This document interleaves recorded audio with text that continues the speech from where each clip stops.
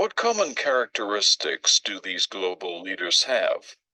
A good leader changes the world, and changes in the world bring changes to the society in which we live.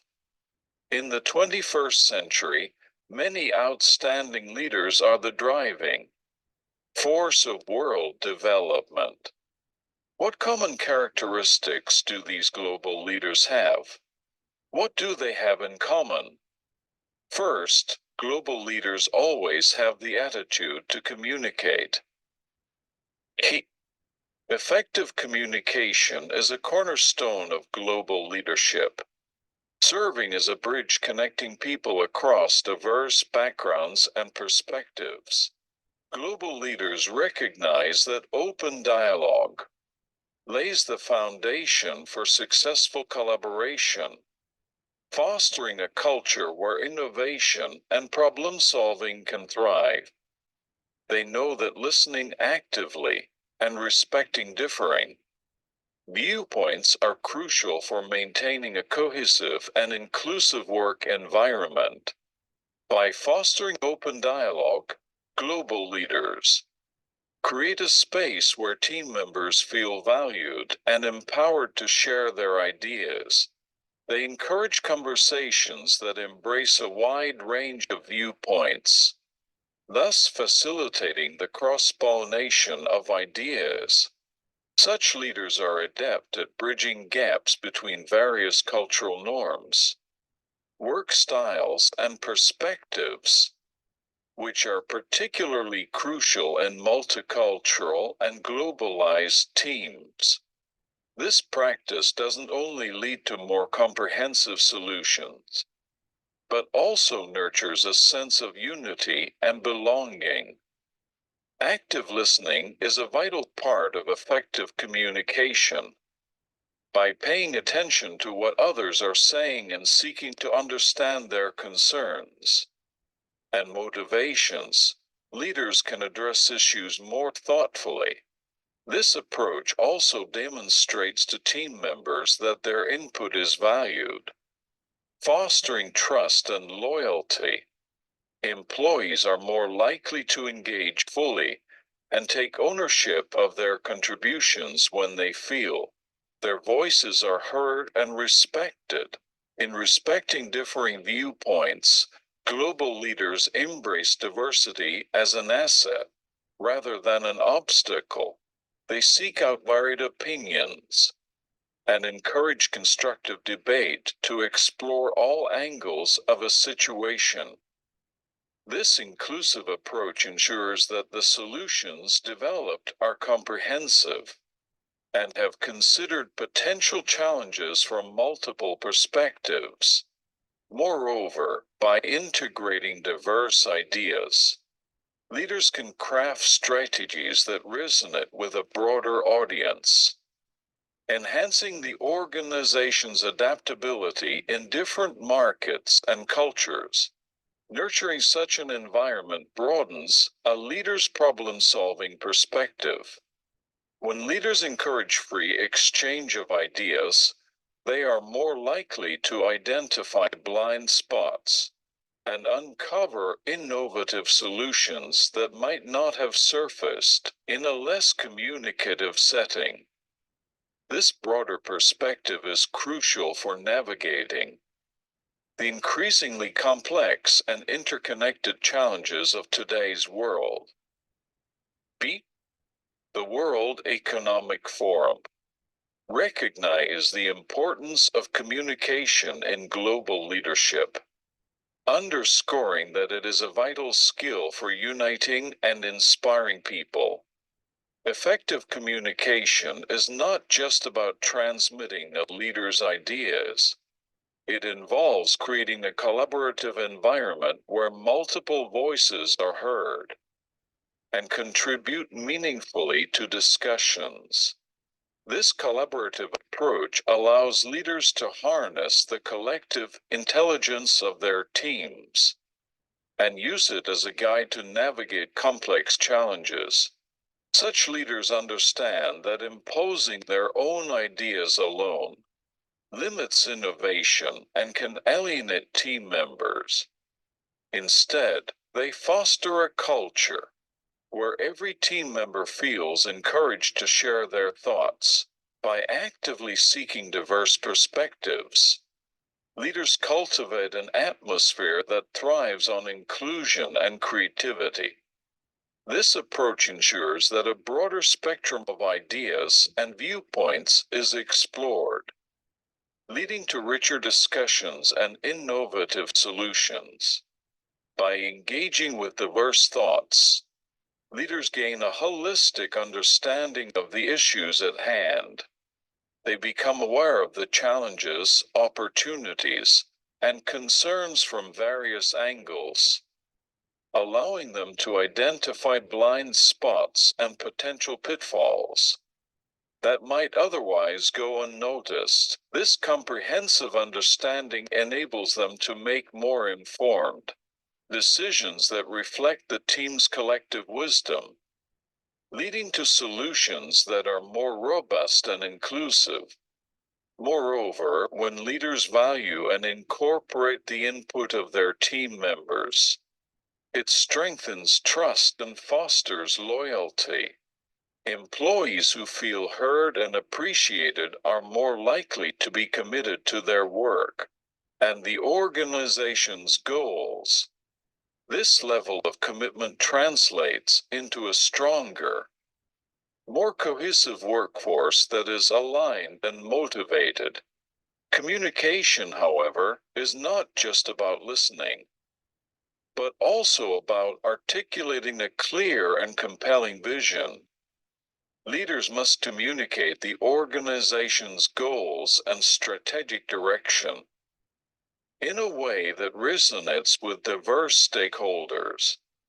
By doing so, they provide a shared sense of purpose that unites teams toward common objectives. A leader's ability to communicate this vision effectively is crucial in inspiring the workforce and rallying them around shared goals.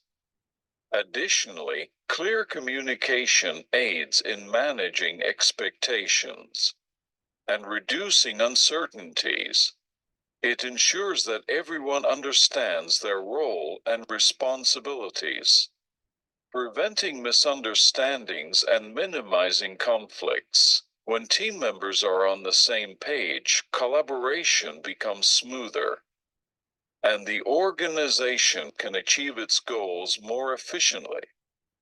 In conclusion, communication is a pivotal skill in global leadership, as it bridges the gap between diverse perspectives, fosters collaboration, and strengthens trust. By mastering this skill, leaders can inspire and unite people around a shared vision, make informed decisions that reflect the collective wisdom of their teams, and create a supportive environment where everyone contributes to the organization's success. A notable example of prioritizing communication is Jeff Bezos, the CEO and founder of Amazon. Under his visionary leadership, Amazon transformed from a small online bookstore into one of the world's largest and most influential companies. This growth was fueled by a culture that thrives on continuous discussion and debate, where diverse perspectives and open dialogue are key components. Bezos understood that communication is fundamental to creativity and innovation, and that fostering an environment conducive to open communication would lead to groundbreaking results. To embody this philosophy, Bezos championed the creation of the Spheres, a unique office space designed to encourage communication among Amazon employees. The Spheres is a cluster of 3 interconnected glass domes that resemble a futuristic botanical garden. These spheres are filled with thousands of plant species from around the world, creating an atmosphere of natural beauty and relaxation. By blending nature with cutting-edge architecture, the spheres offer a tranquil environment where employees can think freely, fostering creativity and spontaneous discussions. Inside, the building is structured to remove the usual barriers of conventional offices, promoting informal meetings and spontaneous interactions among colleagues.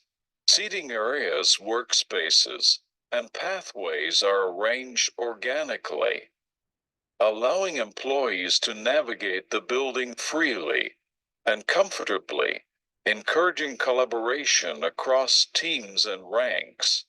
This approach contrasts with traditional hierarchical office structures, making it easier for employees to share ideas and discuss projects. The spheres also serve as a venue for organized discussions, presentations, and brainstorming sessions, reinforcing Amazon's dedication to continuous improvement and knowledge sharing.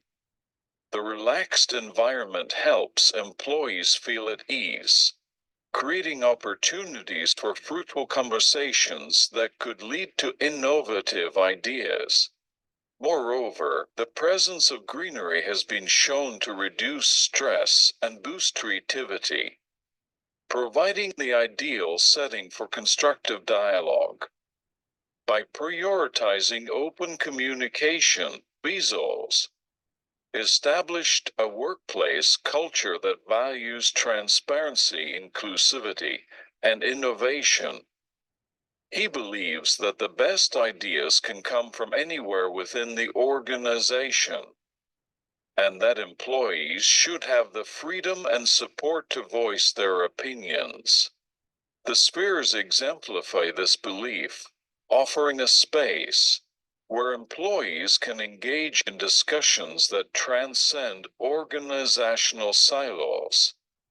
Bezos's emphasis on communication extends beyond the physical environment of the spheres.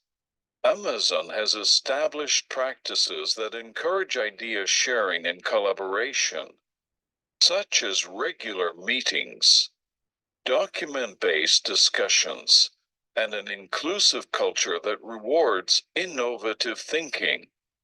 Employees are encouraged to challenge existing assumptions, advocate for customer-centric solutions, and participate in decision-making. The spheres, a distinctive structure resembling a botanical garden, offers a flexible and relaxed environment where employees can interact freely. This design fosters a culture where hierarchical barriers are minimized, encouraging employees to share ideas and collaborate across all levels. The natural, open atmosphere within the building promotes creativity and spontaneity, leading to fruitful exchanges that propel innovation forward. This example illustrates that successful global leadership isn't just about achieving strategic objectives, but also about cultivating a culture where communication flourishes. By providing employees with an environment conducive to free discussion, Bezos ensures that Amazon remains agile, innovative, and receptive to new ideas. This approach exemplifies how communication can drive an organization's growth while aligning diverse talents toward common goals.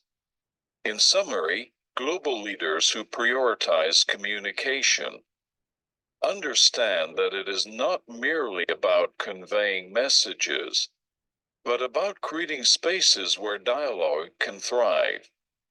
By fostering environments that value listening and openness, leaders can empower their teams to develop creative solutions and navigate the challenges of an increasingly interconnected world.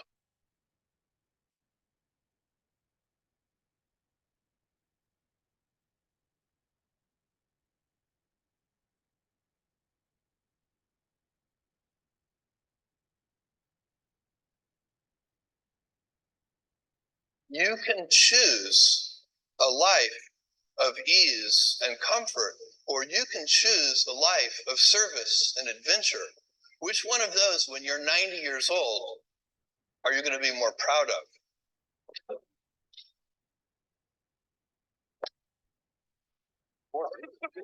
That's really good. A guy like you. So no matter how good we are, we can still be better. You can always be better. Customers have a divine discontent, and they teach you if you listen to customers.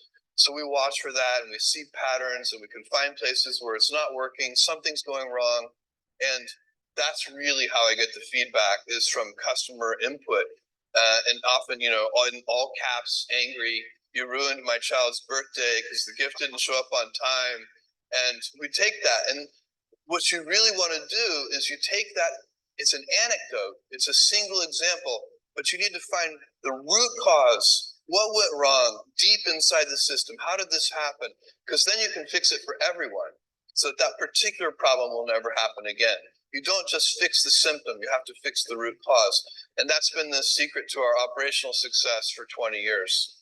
That's really good. A guy like you. There are a lot of things that are a waste of time. When you think about your life, I think I often tell people that I work with, if you can get, because people have very high standards for how they want their work life to be, and I said, look, if you can get your work life to be where you enjoy half of it, that is a home. That is amazing, because very few people ever achieve that. Because the truth is, everything comes with overhead. That's reality. Everything comes with pieces that you don't like. You could be a Supreme Court justice, and there's still going to be pieces of your job you don't like. You can be a university professor, and still going to be, you have to go to committee meetings, and you have to do every job comes with pieces you don't like. And we need to say, that's just that's part of it, and not resent those pieces, or try not to, but also try to minimize them. I tell senior executives, you should have the least stress. There's this weird, I think, false idea that CEOs, I'm a CEO, there's this false idea that CEOs are under the most stress. Well, I look at that, I'm like, why? You're in charge. Why don't you delegate the stress? It's your choice. And so you have to figure out how to set up your life in such a way that you can minimize the things. And I find people don't dislike hard work. What people dislike is being out of control. Like, they can't control their life. They can't control their environment. This happens to me when I get overscheduled. I hate being overscheduled. I want some time to be able to think and free myself. We all have the same amount of time in the world. Nobody has more time than anybody else. And when you become a very successful person, one of the things, you start to get overscheduled. You have this event. You had to agree to do this. And maybe last night you were like, why did I agree to do this? I have to go on stage tomorrow.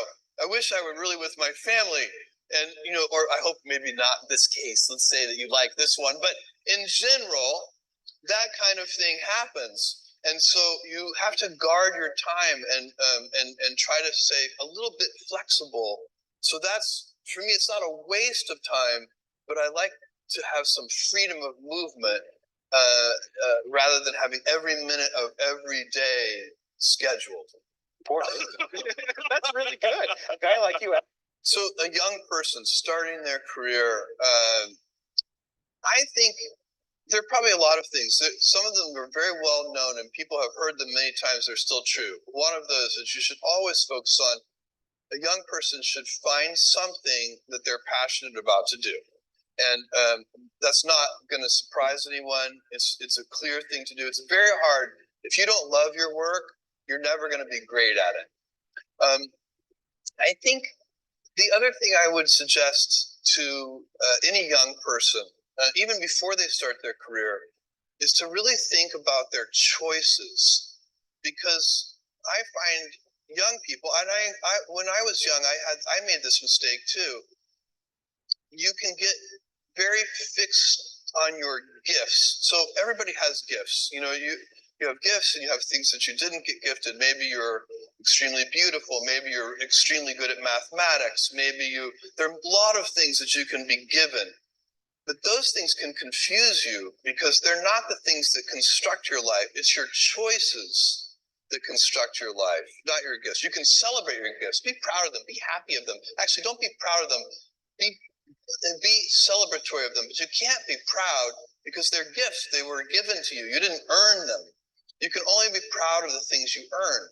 And so as I got older, I started to realize I wasn't proud of my gifts. I was always good at school. School was always easy for me. And I was always proud that I was a great student.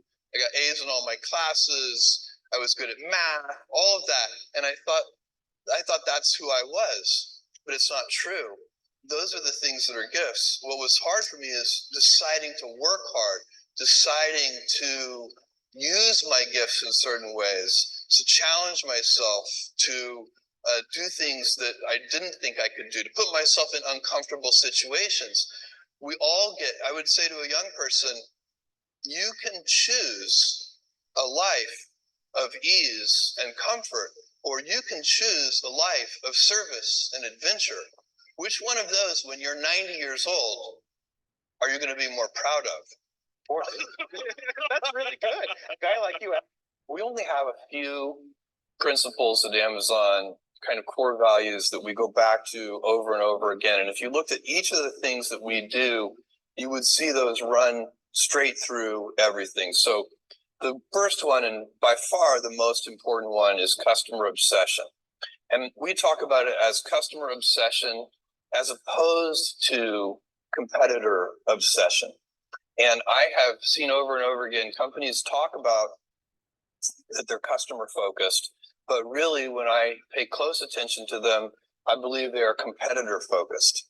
And that's just a completely different mentality. By the way, competitor focus can work, but I don't think it works in the long run as well as customer focused. For one thing, once you're the leader, if your whole culture is competitor obsessed, it's kind of hard to stay energized and motivated if you're out in front. Whereas customers are always unsatisfied. They're always discontent. They always want more. And so no matter how far you get out there in front of your competitors, you're still behind your customers. So they're always pulling you along. So customer obsession is a deep principle that underlies everything we do. That's really good. A guy like you. And so the real question for me is, how do you go about maintaining a